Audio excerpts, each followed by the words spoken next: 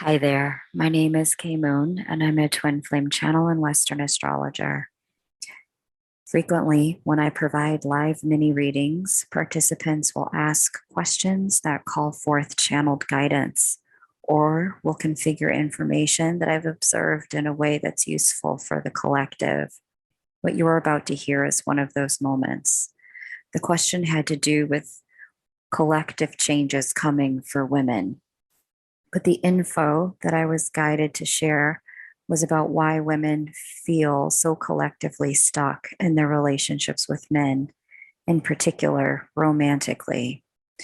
There are significant changes happening in the world of what it means to be a quote man at this time. The confluence of events like the rise in the cost of living, while there is a simultaneous decrease in consumer earning power, post peak of the industrial age, things like the impact of distortions in toxic masculinity as patriarchal structures go to extremes to avoid extinction, and the inevitable and necessary decrease in women's codependence on men for survival has signaled that it's time for a change in the definition of what it means to be a man and what it means to love men. Here's how the information came forward in March of 2022.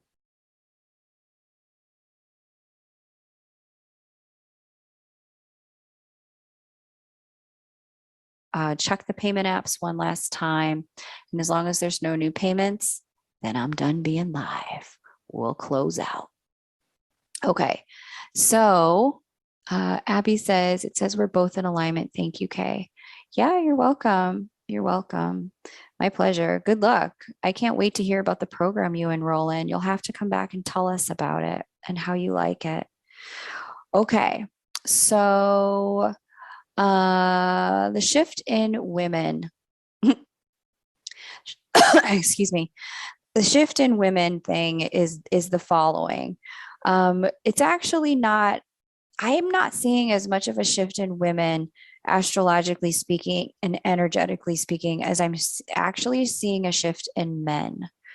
And that shift in men is causing a shift in women, but it's responsive to as opposed to initiated by. What I'm seeing go on as Pluto wraps up his transit in Earth sign Capricorn. Capricorn is a feminine sign. Many people don't know that, but each of the astrological signs have a gender. They're classified as masculine or feminine. Capricorn is a feminine sign, and we're in the final degrees of Pluto, endings, death, destruction, transformation, resurrection cycle. We're in the final degrees of Pluto and Capricorn this year and next year. When I look to see kind of just like, what does that mean for us as energetically as a group? And we have Uranus and Taurus. Uranus and Taurus is another feminine sign. Uranus is the divine awakener, the divine counterpart of Gaia, brings transformation, growth, and change as well. When I see these two, you could say that there's a change for women, but what I'm seeing more than a change for women is a transformational change in the feminine energy within men. We've had 4 waves of feminism in the United States since the 1960s. That span not just the United States, but most of the Western world, where the conversation about women's roles, what women offer, what women can do, how much women can make, has dramatically shifted in such a way that has brought women closer to parity with men on planet Earth than they have been in the last several millennia. Meaning, women can now buy a home without needing to do it with a man. They can take out a loan without needing a man to co-sign.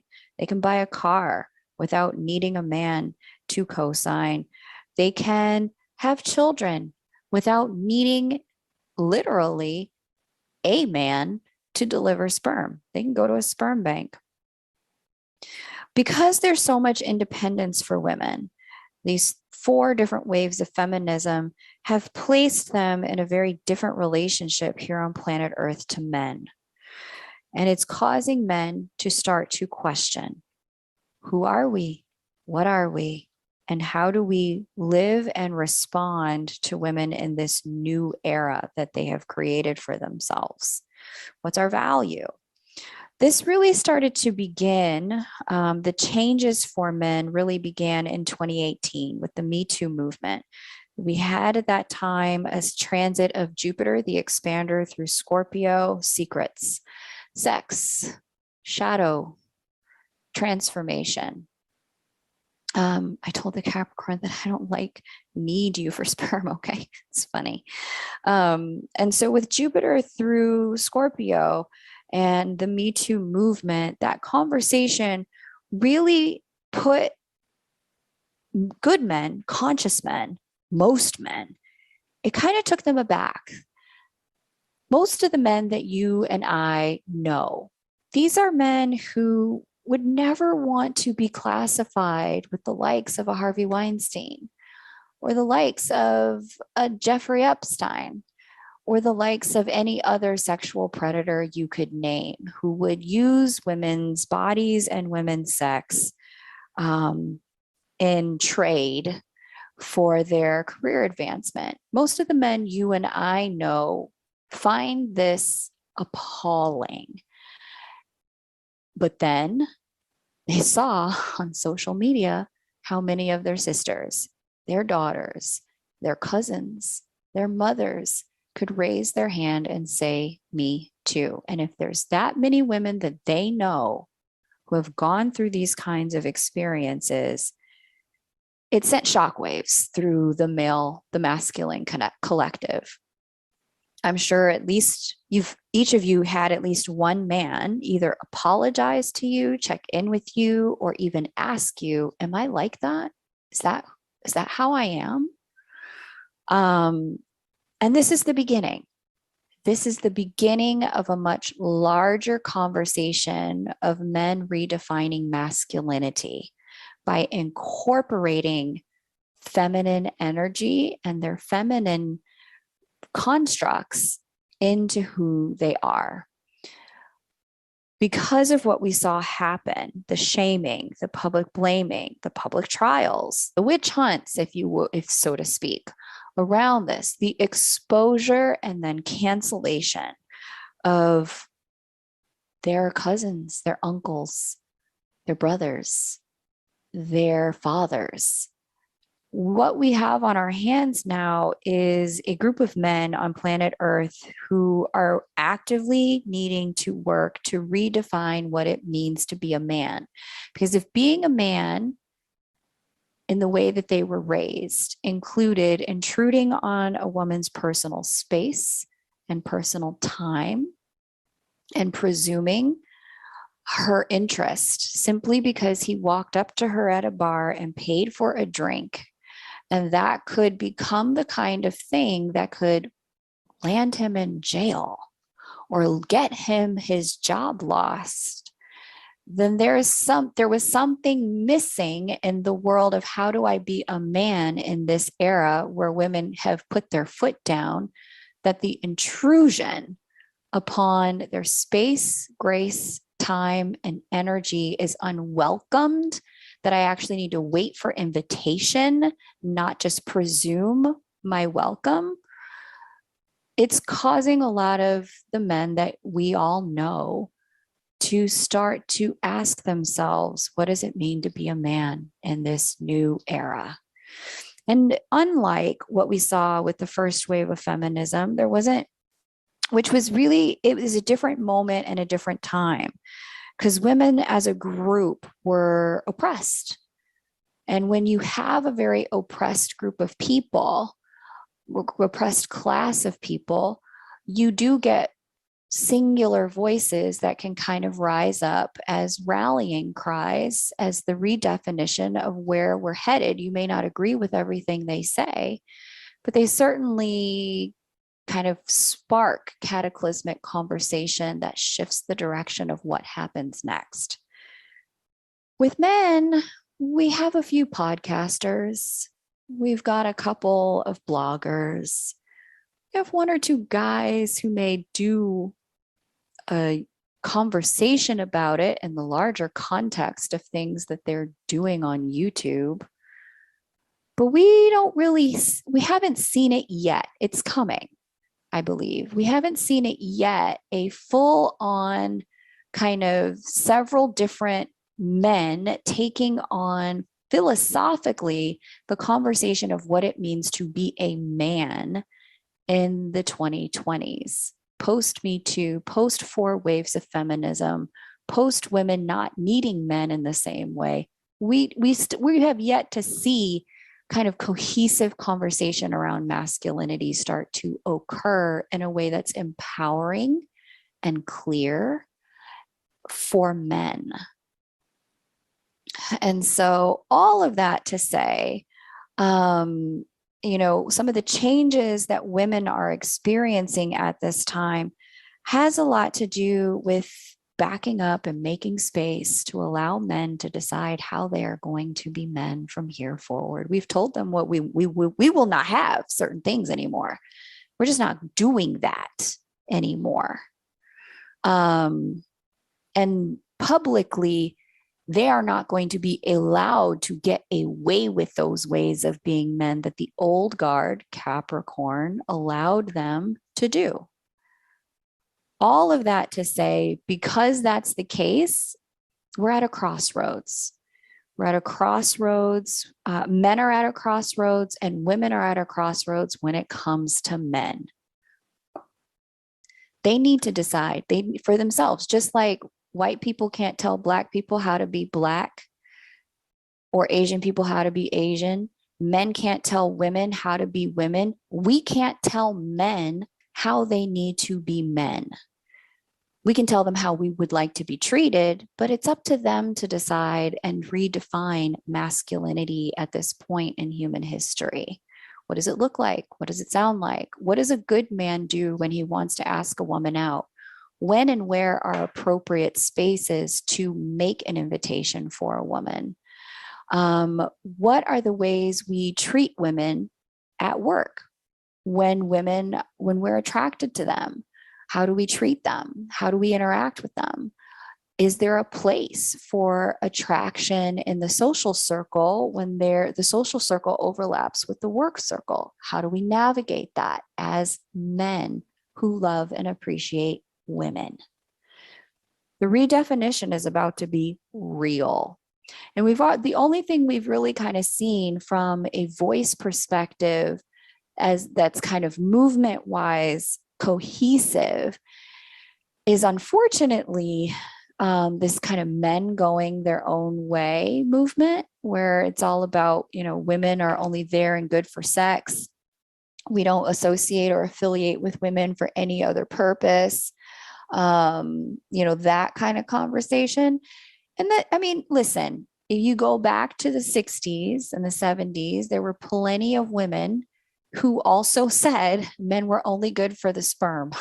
And we need to make obsolete our necessity and reliance on them in the social stratosphere. We're going to see extremes, but as we work the extremes, we'll all start to collectively find the middle ground, but they need to be able to lead the conversation on their masculinity and what that means. And in the meantime, what there is for us as women to do who love men, what there is to do is to allow them that space to not make them wrong when they no longer want to operate by the caveman standard of walking up to you in a bar, interrupting your evening, insisting you take a drink, and then go home with them. We need to not make them wrong for not throwing us over their shoulder and throwing us up against the wall to make love to us. We need to not make them wrong for not showing up in those old guard, patriarchal, I'm Tarzan, you Jane kind of ways. that presume us as the weaker sex. They got the freaking memo. And they ain't trying to lose jobs out here, not in this climate, over being that old kind of dude. And so, in the collective subconsciousness of men, what we're seeing and witnessing is a lot of hesitation. We're seeing a lot of uncertainty. We're seeing a lot of confusion about what commitment looks like in this new atmosphere, about what being a man and a provider or a husband might look like in this new atmosphere, and even a redefinition or complete obsolescence of the term provider, right? Because if somebody is providing for somebody else, that presumes that that other person cannot provide for themselves. But that's not true anymore. Not now. Maybe in our mom's generation, but not now. So, patience. What there is for women to do is have some patience, have some curiosity, have some compassion, have some inspiration, have some clarity for yourself about what you like in a man, and have some willingness to honor the communication around that and to share that with the men in your lives, and recognize that the older men who are still alive on earth, they're working with it, they're trying. It's new to them. It's going to take them time. And that the younger men, they're trying to find their way in this. Have some compassion around that. That, you know, like if they're quote unquote moving slow, quote unquote not willing to commit, they're caught at a crossroads where what their fathers were allowed to have, economically speaking, in terms of this is how you be a man. You make X amount of dollars. You provide for a woman in this way. You can do these things for a woman financially. You can have these things for children and a family. Economically speaking, the landscape has changed. And so, but the conversation around masculinity hasn't yet caught up. So a lot of men are stuck, feeling less than a man because they can't do the things financially their father's generation did. And simultaneously, no one has stepped forward to say, this is going to be an acceptable way to be a man in the new atmosphere. This is what women will want, and this is what will work for you. There's not been enough of that leadership coming forward yet. So they're at a crossroads, which means we're at a crossroads, and there's just nothing to do but have some patience and some compassion around it. Be curious and be open. Am I making sense? How is this landing for you guys?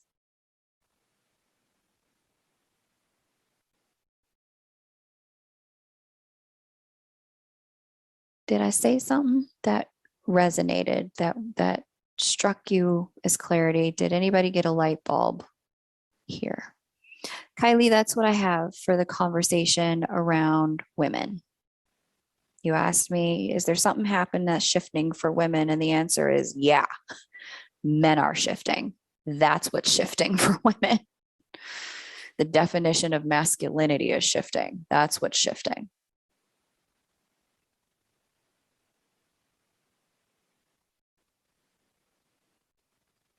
Cool. Very cool. All right, I'm going to do one last sweep here of my little payment application.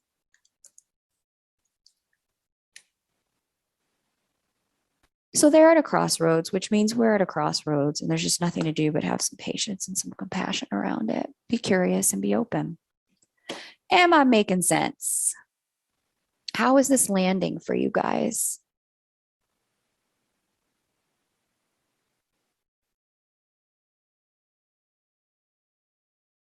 Did I say something that resonated, that struck you as clarity? Did anybody get a light bulb here? Kylie, that's what I have for the conversation around women. You asked me, is there something happened that's shifting for women? And the answer is, yeah, Men are shifting. That's what's shifting for women. The definition of masculinity is shifting. That's what's shifting.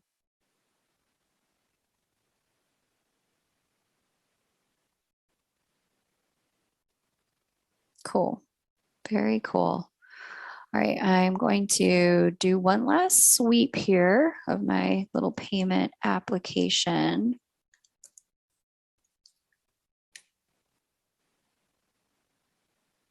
And we're going to close out. Great question. Thank you so very much, everyone, for being here and for asking such rich questions. You guys ask the best questions. I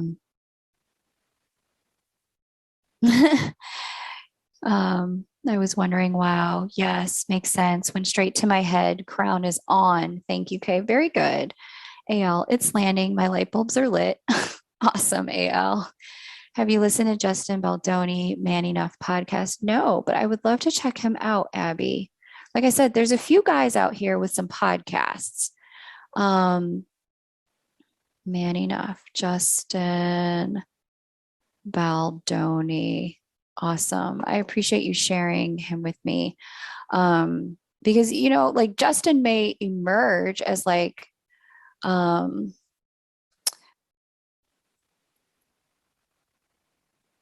yeah, Justin may emerge as like a Gloria Steinem, right? And what was her name? Like Simone de Beauvoir, I think. Yeah, Simone de Beauvoir, Marlene Dietrich, like Bell Hooks and Audre Lorde. He may emerge as one of those, but it's early days, early days. And those were the days when like Simone's work would have been in a magazine, right? That's what a podcast is the equivalent of. It's like an article in a magazine. You get published often enough, people start to pay attention. Then maybe you get to write a book. Then maybe your book gets picked up by a couple of people, but it's not like making headlines, not yet. Like we're before the first crust of this new kind of like redefinition of masculinity. So yeah, I will check out Justin. Beautiful insight. I really haven't thought of these tiny but vital points about masculinity. Abby, all of that resonates. Thank you. Okay, the wise one. You should clip that to your main channel, okay? Okay, Kylie. People lost their minds about the sex one. A lot of people were like, they didn't know how to handle that. Hope, Love, and Sunshine. Can you do a video about it? Such a great topic. How is masculinity shifting? He's a celebrity. He's been asking hard questions about masculinity for several years now. It's really refreshing. Awesome. I love it, Justin. I mean, I love it, Abby. I will check out Justin. Yeah, it's good. It's good. This is a conversation that they've needed to have. It's a conversation that we need to let them have and not dictate to them how to be men. We can tell them what we appreciate in the men that we interact with as individuals, as opposed to speaking monolithically for all women, because we can't. Each of us has our own individual tastes and desires and needs when it comes to relationship with the men in our worlds, right? Whether you're dealing with a brother or a son or an uncle or your father or a boyfriend, right? The event says, do that, clip it. I'm a producer and you should trust me. Okay. All right, the event. You got it. Kylie, thank you for asking such a rich question. I always appreciate your questions, you guys. But yeah, that's what's going on with women, is just allowing men the space to transition, to transform themselves and decide who they want to be. Cope Levin Sunday says, clip it, please. Truly valuable to refer to or share with friends. Kylie says, I think it works with the shadow week. Okay. Yeah. And the crowd has spoken. I will add it to the clip list. I will add it to the clip list so that eventually it will make its way to the main YouTube channel for conversation. But you guys ask such rich questions. I'm grateful. I mean, you guys bring the information out of me. Shine, you're very welcome. But yeah, that's all there is to do. Just give them the space to redefine.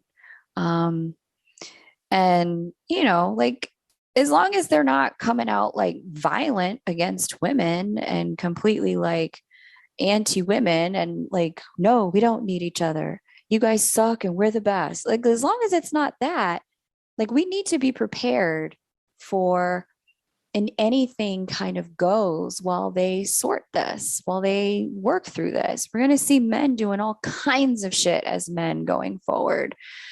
Men with long hair, men with short hair. We're going to see all kinds of styles of dress, all kinds of occupations, all kinds of interests. We're going to see men who, you know, right now the conversation is, quote, gender fluid, but we're going to start to see men who really break the quote unquote traditional rules of manhood in order to be a whole selfhood, to be a person, to be complete and full expression of their own masculinity and femininity. And I think it's just important that as women who are witnessing this, we just endorse it.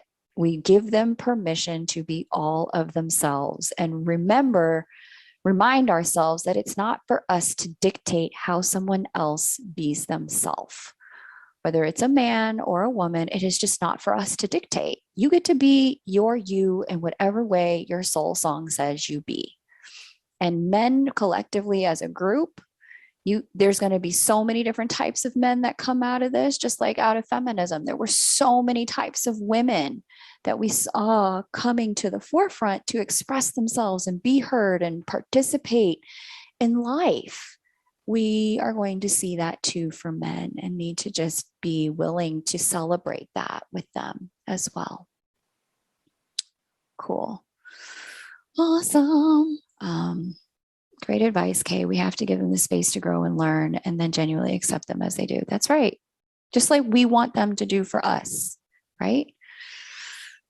That is exactly it, Abby. Hey, Queen of Water, welcome back, sweets.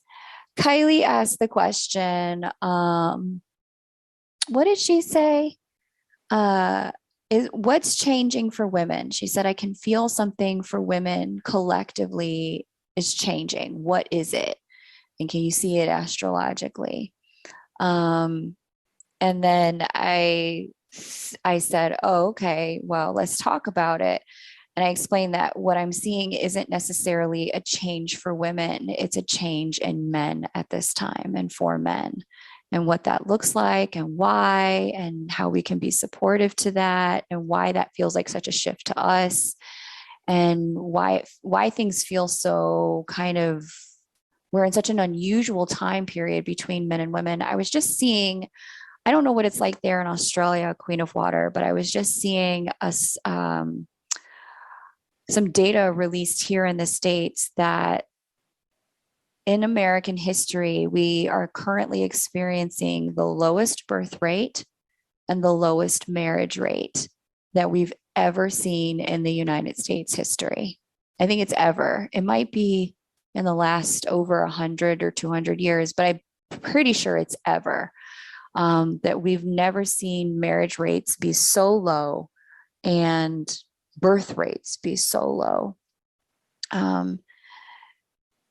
We could put it on the pandemic, but I don't think that the pandemic acted in isolation on those numbers, given the context we walked into the pandemic with post MeToo.